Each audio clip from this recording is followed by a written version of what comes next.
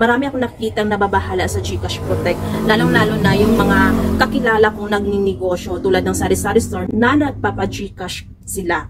Nagpapa-cash in, cash out. Base lang din sa aking nalalaman, itong GCash ay pang personal use. Kaya lang tayong mga Pinoy, mga wais tayo, lalong-lalo na yung mga negosyante, pinagpipirahan natin si GCash. Pero okay lang naman yan, di ba? Tulad sa akin, itong GCash ko ay pang personal use ko pa ito. Nakalimit lang ito ng 8,000 a day, pero pag may magpa-cash in, cash out sa akin ay pumapayag naman ako, di ba? Sayang din naman yung tubuan natin. Pero si GCash, meron din yang para sa pang-negosyo. So mag-register ka lang dyan sa Pera Outlet. Malaki na yung limit nila ang ibibigay sa iyo. At makapag-gusto ka na ng cash in, cash out. At pwede ka na magpa-transact na kung may magpabayad ng bills sa iyo. Sa akin, hindi ko pa ito na-process or hindi pa ako nakapag-register dahil ang barangay permit kasi dito sa aking tindahan, nakapangalan pa sa aking banahar. Kung magre-renew na ako dito sa aming barangay permit, so doon pa ako magpa-change ng name dahil sa Pera Outlet required yung barangay permit o kung meron man kayong business permit kung na dapat nakapangalan sa iyo. Kung sa GCash na transaction ako, may limit lang talaga ako. Pero meron akong ituturo sa inyo na yung ginagamit ko as para sa akin mas safe siya at doon ako nagpupundo ng pera ng malakihan. Dahil sa GCash kasi parang talmak na din yung mga scam, diba? So kailangan natin maniguro talaga. So, dito sa aking tindahan, dalawa yung ginagamit ko pag may magpa-cash in at cash out sa akin. Ito ay ang Maya Business. Itong Maya Business ay pang negosyo talaga. Kaya nga Maya Business, diba? Para ito sa mga negosyante tulad ng mga may sari-sari store o ano pa man na ano pa man yung klaseng negosyo mo na gusto mo din na pangdagdag income. So, iba din yun si PayMaya dahil si PayMaya yun naman ay pang personal use talaga. Kung may transaction kang Maya to GCash o GCash to Maya, meron siyang transaction fee. Ito si Maya Business, ikinaganda dito ay nasa 5 pesos to 50,000 ang pwede niyang i-transact a day.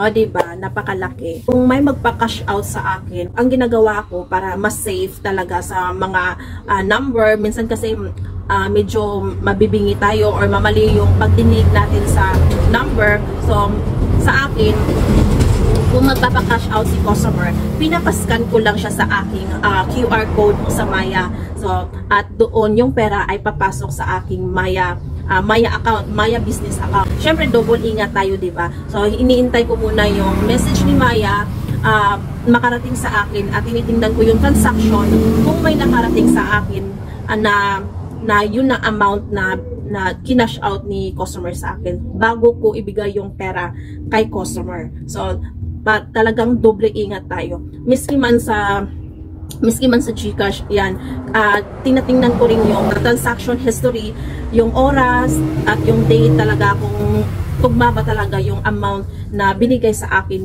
ni customer. Ayan, kailangan talaga maging wais at magdoble ingat, maging alert talaga tayo pag ganyang mga transaction dahil yung pera na yan kahit 500 at maanuhan tayo ng ma-scam tayo or madaya tayo ng mga customer, napakalaki na yan na kantidad na pera. So, ingat talaga tayo. Walang transaction fee. Yan si GCash to Maya sa pag-cash out.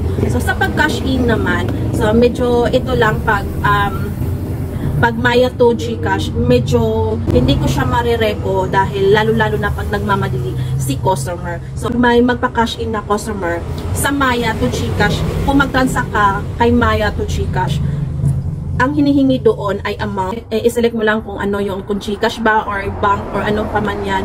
Tapos, hihingi siya ng number, yung account niya doon sa GCash at ang full name ni customer. Medyo hassle siya, diba? So, ang ginagawa ko naman, pag may mag-cash in, doon ako sa GCash, diba? Para mas madali. Minsan kasi hundreds lang. Mas madali kung sa GCash dahil number lang, tapos send ka lang. Sa Maya kasi, kailangan pa ng full name, ganito, ganyan. So, okay naman siya pag hindi nagmamadali si customer. Kaya lang, mayroon talagang mga customer na atat-atat ko, diba? Sa tawag ko sa kanila ay ayan naman si hara-hara. Palaging nagmamadali. Pag gusto niya ng cash in, kailangan ganun agad. So si Hara-Hara, meron akong tinatawag dyan na customer na si Hara-Hara. Yan ang ikinagandahan ko sa Maya pa. At nakukomportablihan ako kay Maya, kay kang Gcash talaga. Pero hindi ko kailangan i-delete si Gcash kahit komportable ako kay Maya dahil may mga transaction talaga na mas madali kay Gcash, kay kang Maya business tulad ng cash-in.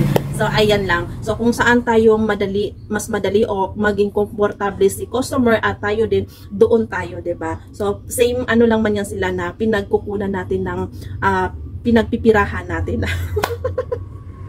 So, ayan yan siya. And then, sa pagpa-load din naman, kung may magpapa-load sa akin, dalawa din yung ginagamit ko. So, si TPC at si Maya. Ang kinaganda dito kay Maya, kung may magpapa-load sa iyo, malaki ang kanyang cashback. O, diba? Pag 100 pesos, pag dito, nasa 6 pesos.